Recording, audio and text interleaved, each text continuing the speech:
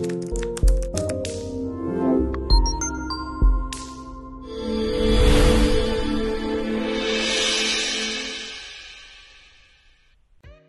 warahmatullahi wabarakatuh. Baik, saya akan mempresentasikan hasil diskusi kami yang berjudul Determinan Sosial dan Biologi, yang mana beranggotakan yang pertama Muhammad Juprianto, yang kedua saya sendiri Muhammad Irfan, yang ketiga Irfan.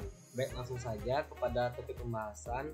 Di sini kita membahas 3 topik. Yang pertama, determinan yang mempengaruhi status kesehatan. Yang kedua, determinan sosial. Yang ketiga, determinan biologis. Determinan yang mempengaruhi status kesehatan. Teori klasik yang dikembangkan oleh Bloom mengatakan bahwa adanya 4 determinan utama yang mempengaruhi derajat kesehatan individu, kelompok atau masyarakat. Yang pertama, keturunan, yang kedua lingkungan, yang ketiga perilaku, yang keempat pelayanan kesehatan. Di samping determinan yang dirumuskan oleh Bloom, masih terdapat faktor lain yang mempengaruhinya. Yang pertama yaitu makanan. Makanan merupakan faktor paling penting dalam kesehatan. Mereka memelihara tubuhnya dengan makanan yang cocok dan menikmati tubuhnya dengan makanan sehat. Yang kedua, pendidikan atau tingkat pengetahuan.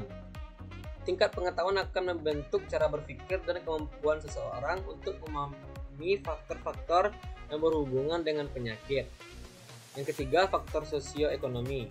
Faktor-faktor sosial dan ekonomi seperti lingkungan sosial, tingkat pendapatan, pekerjaan, dan ketahanan pangan dalam keluarga merupakan faktor yang berpengaruh besar pada penentuan derajat kesehatan seseorang. Yang keempat, latar belakang budaya. Latar belakang budaya mempengaruhi keyakinan, nilai, dan kebiasaan individu, termasuk sistem pelayanan kesehatan dan cara pelaksanaan kesehatan pribadi. Yang kelima, ada usia. Setiap rentang usia dari bayi sampai lansia memiliki pemahaman dan respon yang berbeda-beda terhadap perubahan kesehatan yang terjadi. Yang keenam, faktor emosional, yang mana setiap pemikiran positif akan sangat berpengaruh. Pemikiran yang sehat dan bahagia semakin meningkatkan kesehatan tubuh kita. Dan yang ketujuh, faktor agama dan keyakinan. Agama dan kepercayaan yang dianut oleh seseorang secara tidak langsung mempengaruhi perilaku kita dalam berperilaku sehat. Misalnya pada agama Islam. Islam mengatakan bahwa an-nafatu minal iman, atau kebersihan adalah sebagian dari iman. Selanjutnya, topik determinan sosial. Menurut Dahlgren dan Whitehead menggambarkan determinan sosial kesehatan terletak di berbagai level dalam model ekososial kesehatan. Dalam teori ekososial kesehatan, Dahlgren dan Whitehead menjelaskan bahwa kesehatan atau penyakit yang dialami individu dipengaruhi oleh faktor-faktor yang terletak di berbagai lapisan lingkungan. Sebagian besar determinan kesehatan tersebut sungguhnya dapat diubah atau modifiable factors.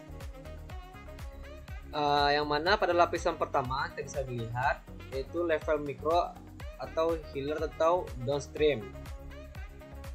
Determinan kesehatan meliputi perilaku dan gaya hidup individual yang meningkatkan maupun atau merugikan kesehatan. Misalnya pilihan untuk merokok atau tidak merokok. Pada level mikro, faktor konstitusional genetik berinteraksi dengan paparan lingkungan dan memberikan perbedaan apakah individu lebih rentan atau lebih kuat menghadapi paparan lingkungan yang merugikan. Selanjutnya, lapisan kedua ada level meso. Adalah pengaruh sosial dan komunitas yang meliputi norma komunitas, nilai-nilai sosial, lembaga komunitas, modal sosial, jejaring sosial, dan sebagainya. Faktor sosial pada level komunitas dapat memberikan dukungan bagi anggota-anggota komunitas pada keadaan yang menguntungkan bagi kesehatan. Sebaliknya, faktor yang ada pada level komunitas dapat juga memberikan efek negatif bagi individu dan tidak memberikan dukungan sosial yang diperlukan bagi kesehatan anggota komunitas. Dan selanjutnya lapisan ketiga atau level exo meliputi faktor-faktor struktural, lingkungan pemukiman perumahan, papan yang baik, ketersediaan pangan, ketersediaan energi, kondisi di tempat bekerja, kondisi sekolah, dan penyediaan air bersih dan sanitasi lingkungan. Dan yang terakhir lapisan terluar atau level makro, yaitu meliputi kondisi-kondisi dan kebijakan makro sosial ekonomi, budaya, dan politik umumnya, serta lingkungan fisik, termasuk faktor-faktor makro yang terletak di lapisan luar. Berdasarkan model determinan ekososial standar Whitehead, dapat disimpulkan bahwa kesehatan individu, kelompok, dan komunitas yang optimal membutuhkan realisasi potensi penuh dari individu, baik secara fisik, psikologis, sosial, spiritual, dan ekonomi. Selanjutnya masuk ke determinan biologis. Pengertiannya itu determinan biologis atau determinisme genetik adalah keyakinan bahwa perilaku manusia dikendalikan oleh suatu gen individu atau beberapa komponen fisiologis yang dimilikinya. Pada umumnya, mengabaikan peran lingkungan baik dalam perkembangan embrio atau dalam pembelajaran. Konsep dasar timbulnya penyakit pada ini adalah kegagalan mekanisme adaptasi suatu organisme untuk bereaksi secara tepat terhadap rangsangan atau tekanan hingga timbulnya gangguan pada fungsi atau struktur organ atau sistem tubuh.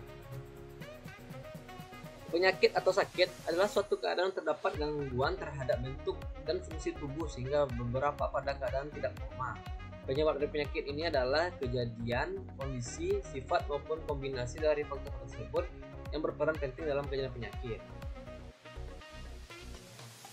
Berikut inilah faktor yang menyebabkan terjadinya penyakit, yaitu ada segitiga epidemiologi yang mana di sini ada host atau penjamu, environment lingkungan, agent atau penyebab.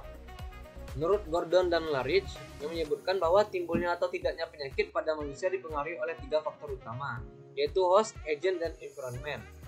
Gordon berpendapat bahwa yang pertama, penyakit timbul karena ketidakseimbangan antara agent dan manusia. Yang kedua, keadaan keseimbangan bergantung pada sifat alami dan karakteristik agent dan host. Yang ketiga, karakteristik agent dan host akan mengadakan interaksi. Dalam interaksi tersebut akan berhubungan langsung dengan keadaan alami dari lingkungan, yaitu lingkungan sosial, fisik, ekonomi, dan biologis.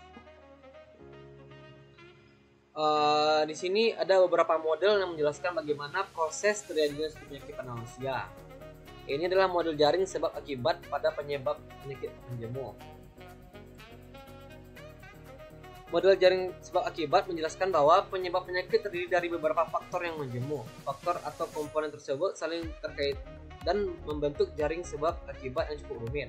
Dari gambar tersebut dapat diambil kesimpulan bahwa suatu penyakit tidak tergantung pada suatu sebab yang berdiri sendiri, melainkan akibat dari proses sebab akibat.